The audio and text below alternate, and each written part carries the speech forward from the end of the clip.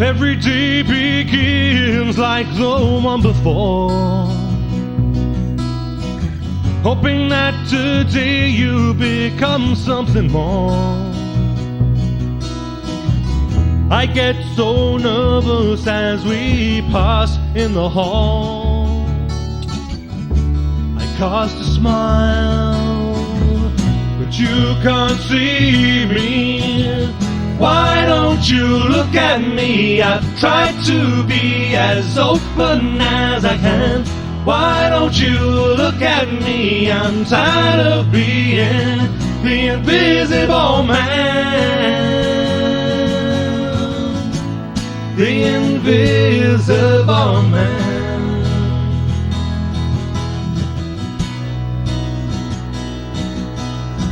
Oh, the invisible man.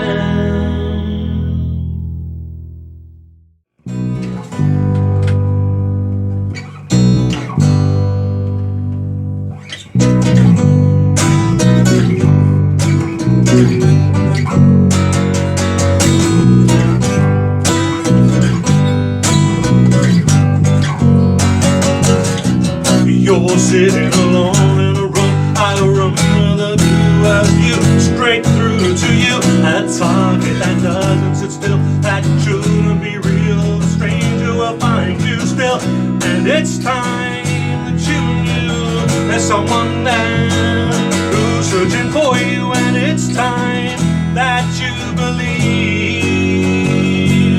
he's gonna find you.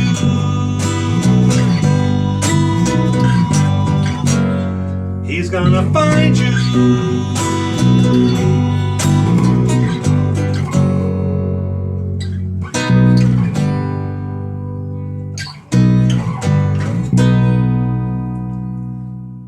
Hi everyone, welcome to The Invisible Man, the show that's showcasing It's All in the Mind. And who is it? It's All in the Mind? Well, it's of course Ryan Jans, bass man. You've probably figured that out already.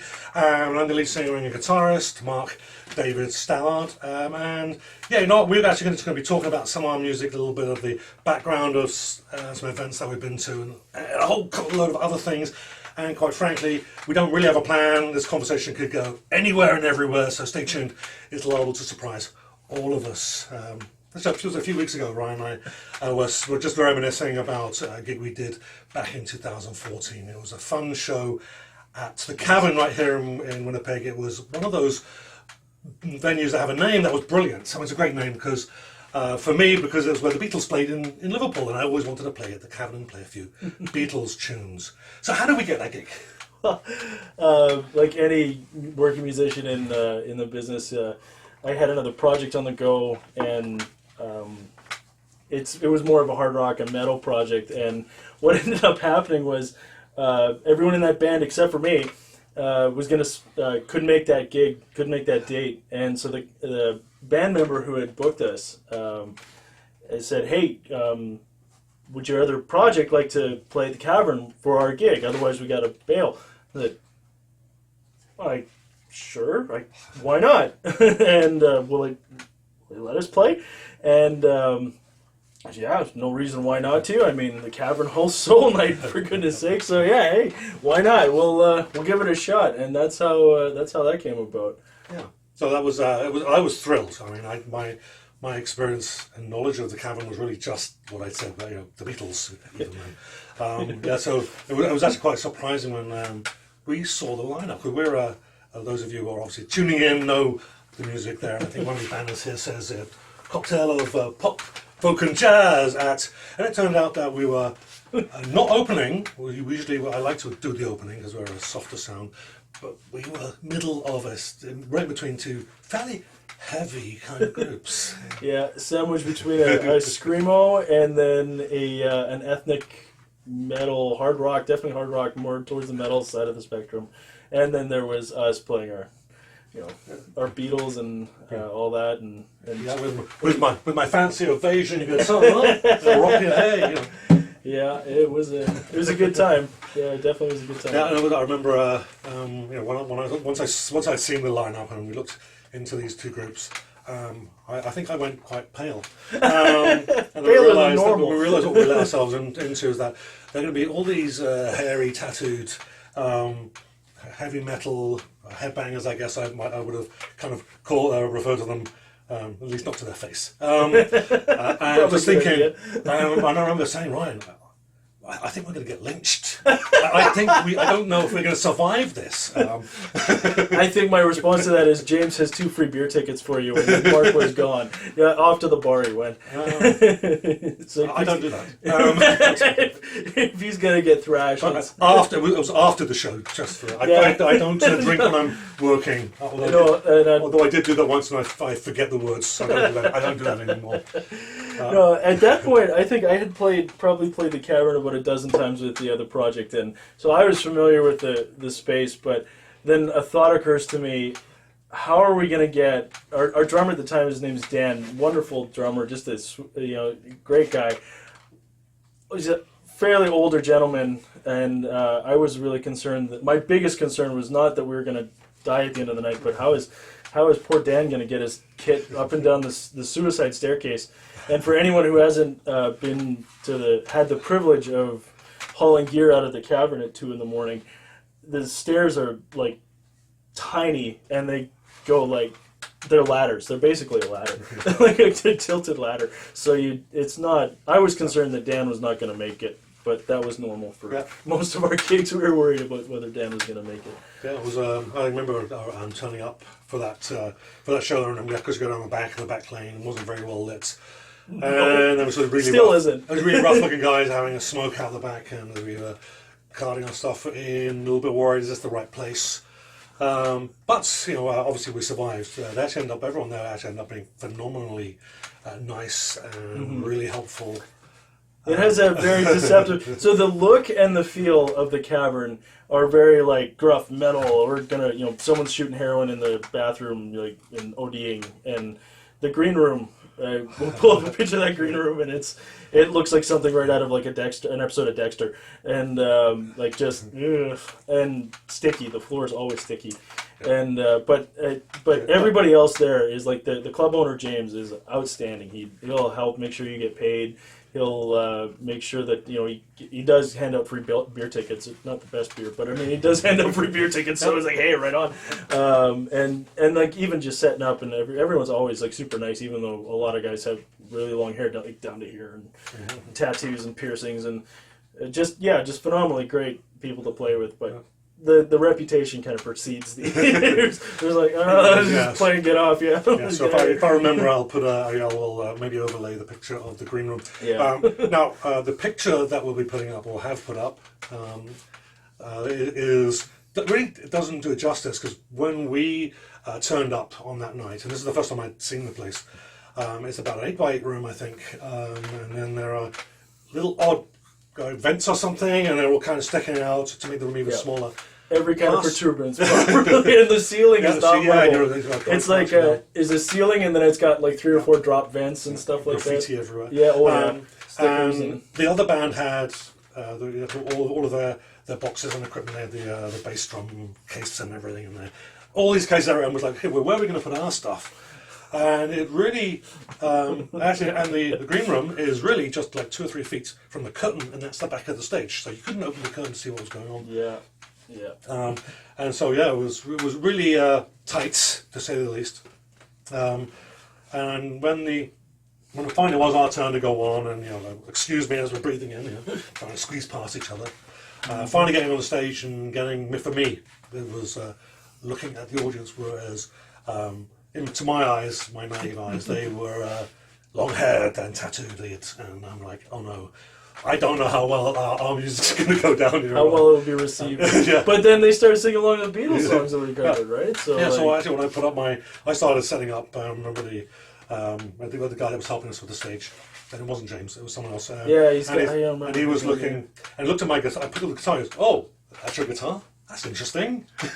And I pulled out a couple of effects pedals, and I think it was like a chorus and a phaser, and actually I might have had I don't know if I was using the distortion pedal at the time, but it was like 2 or 3 pedals, and it was all to make my guitar sound more guitar-y. And not to disguise it with the heavy distortion.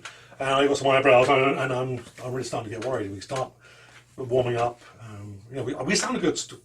I thought it was sounding great, but I don't know how it was going to work there. And I'm not sure how many songs that we went through. And I did my usual. Of course, we did 2 Beatles songs, "Strawberry Fields Forever" and "Lucy in the Sky with Diamonds."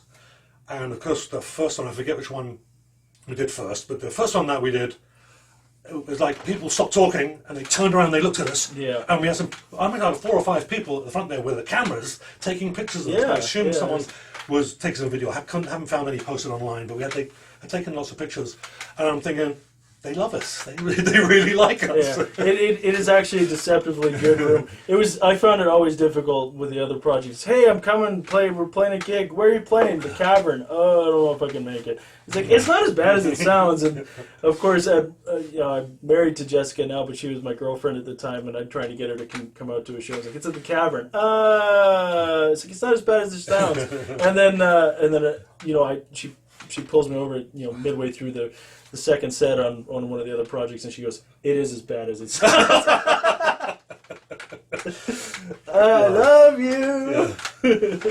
Yeah, so I think there was a couple of songs there, those 2 songs that kind of stood out. And then we did He's Gonna Find You, which is the song we previewed at the beginning, which we're going to be doing live in the studio in just a bit.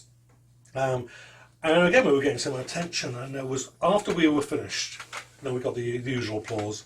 And we had the other band coming up to us, the band that started, and they were playing some really fast thrash, I guess you'd call it, really fast leads and whatever. Yeah. And I'm thinking, well, I can't play that stuff. But they were coming up to me and saying, well, that Beatles song you did, how are you playing that? Show me how to do it. Yeah. And they were talking about this song. How did you get that guitar to sound like that with the slides and everything? And it was like, wow. They're coming to me and asking me how to play, and to my eyes, they were far more skilled than I am. But it was really quite an eye opener. And for me, I think that was a moment where I realised we are actually really good, rather than hoping that we are. Kind of realised that we're kind of one of them now. We're now a real part of the Winnipeg music scene. Yeah. And a lot of those guys, they end up being in that genre. Or the guy loves Metallica, so he picks up and learns all his Metallica songs, and he starts writing some metal tunes, and then he's stuck in that genre, and he doesn't really grow. But then he goes and sees a band like us. We end up being on the same bill together, and he's like, "Oh, that sounded really cool." And I remember Ethnica's bass player was like, "Oh man, I really like your bass. What did you got?" It's an Ibanez, and it's an active pickup, and we just started talking about it, and. I buy all my instruments for versatility because I play so many different types. But it's like, oh man, maybe I might consider that. Whatever you like. Yeah, so I was overall, I think, thoroughly.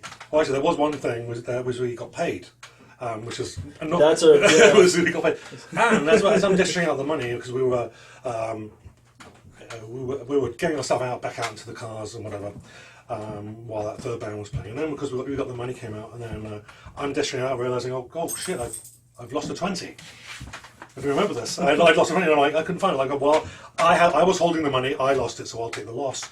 And I was like, well, goodbye everybody. We're saying goodbye, and it was about 20 minutes later. I go outside. It's right there in the middle of the back lane. So I did not lose that 20, and it was such a wonderful experience to have just lost that money moment. right there in the back of the seedy part of. Well, it wasn't really a seedy part of Winnipeg, but it was a dark back lane. Well, I don't know. It's pretty sketchy back there. As soon as the sun drops, I don't think I'd want to spend. I've loaded in and out of that back door a lot of times. Pristine and flat, just like it came out of the machine. Anyhow, so such a really, really great experience all around. I think it was good. Yeah, no, it was a great experience. So, anybody looking to get paid at a gig, go see James at the Cavern. He'll look you up. Yeah. Tell him Ryan sent you. Yeah, maybe don't tell him that. You might not get paid then. It might just be the free beer tickets for you. But Indeed. Okay, so that's it. We'll move back after the song. We're going to play the whole song live right now, and we'll be back after that just to talk a little bit about the song you're about to hear. He's Gonna Find You.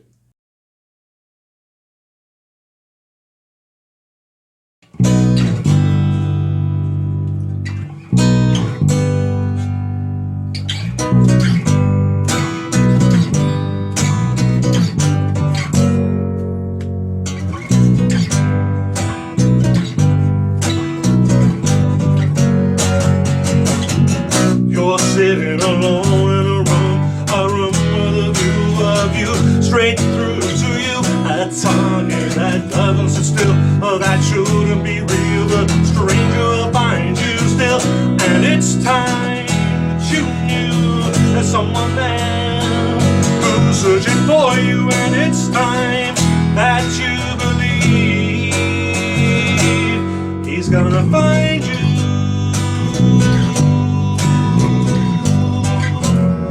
He's gonna find you.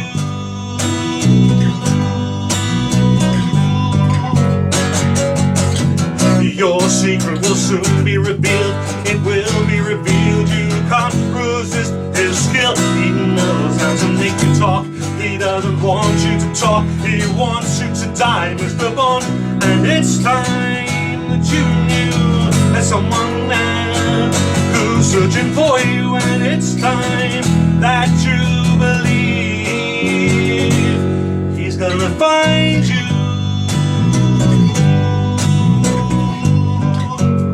He's gonna find you.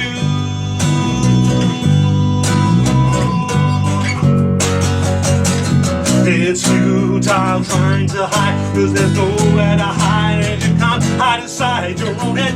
It's a cloak and dagger affair. He knows that you're there. He won't stop until you are dead. And it's time that you knew there's someone there who's searching for you. And it's time that you believe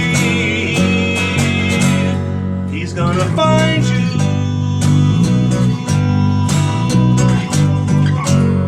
He's gonna find you.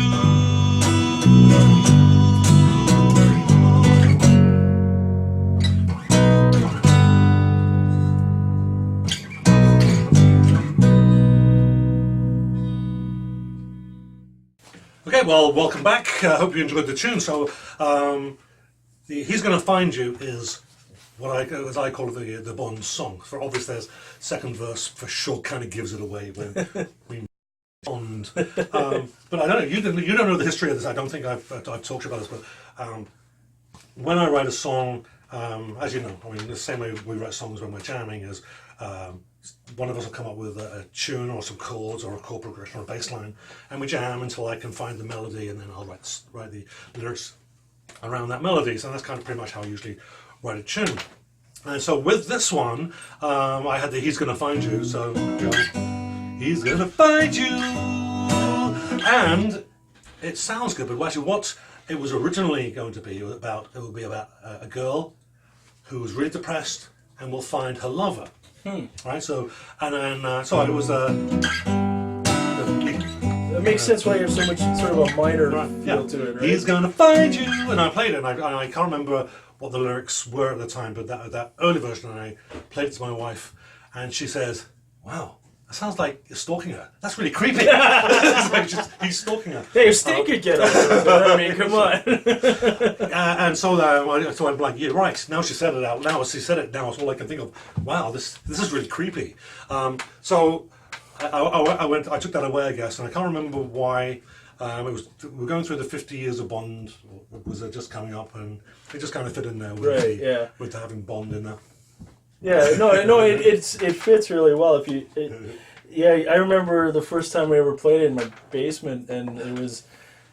You're like, yeah, this is sort of like a Bond thing, and we ended up throwing it in a set because we did like the Beatles, and we were gonna make a tie into the Beatles and Dr. No on that set. It's at Scope, right? And so we practiced that one forever and forever. I was just always thinking, it was like, which one does this really remind me of? And it's like maybe like the Man with the Golden Gun, like Roger Moore against Christopher Lee. I mean, that's very epic showdown right there.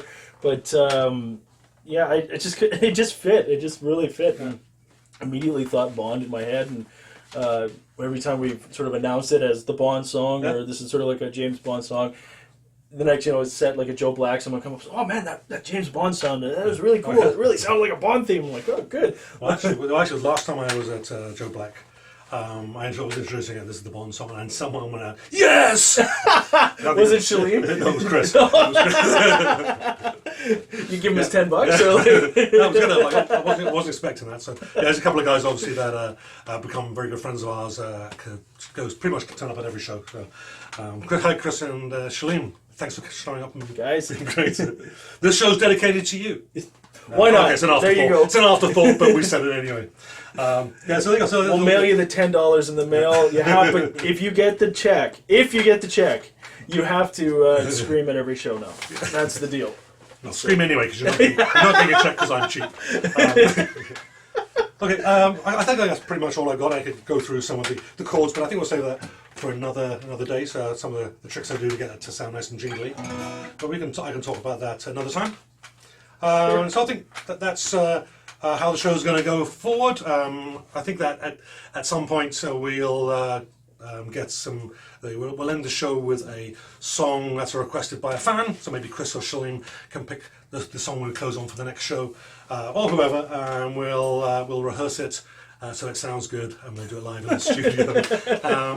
And we're actually going to leave you actually with the full version, a demo version of "He's Going to Find You" that I recorded a while back, and I will show some of those pictures in the slideshow on top of that. That's it for our first show. We'll join you again in about a month with another. So, my name is Mark Davis-Fowler. This is Ryan Chance. We are It's All in the Mind. This has been The Invisible Man. Thank you. Cheers. The Invisible Man. Hi everyone, welcome to The Invisible Man, the show that is not about politics or comedian. The show that is going to have a couple of takes. We're going to play the whole song live right now, and we'll be back after that just to talk a little bit about the song you're about to hear. He's Going to Find You. That was cheesy. That's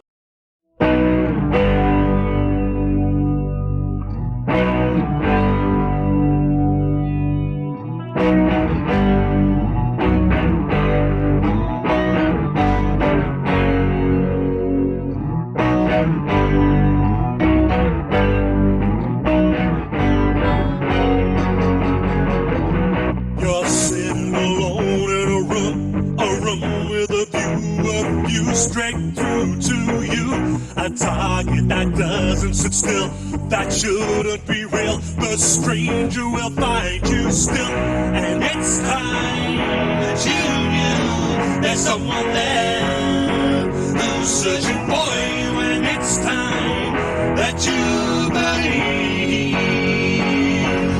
he's gonna find you.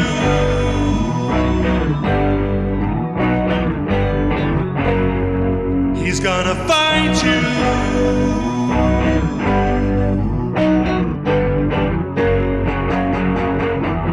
Your secret will soon be revealed. It will be revealed. You can't resist his skill. He knows how to make you talk. He doesn't want you to talk. He wants you to die, Mr. Bond. And it's time that you knew there's someone there searching for you, and it's time that you believe he's gonna find you.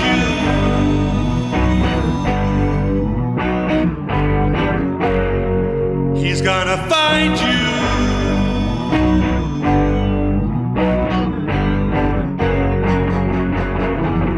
It's futile trying to hide, 'cause there's nowhere to hide, and you can't hide inside your own head. It's a cloak and dagger affair. He'll know that you're there. He won't stop until you are dead. And it's time that you knew there's someone there who's searching for you, and it's time that you believe he's gonna find you.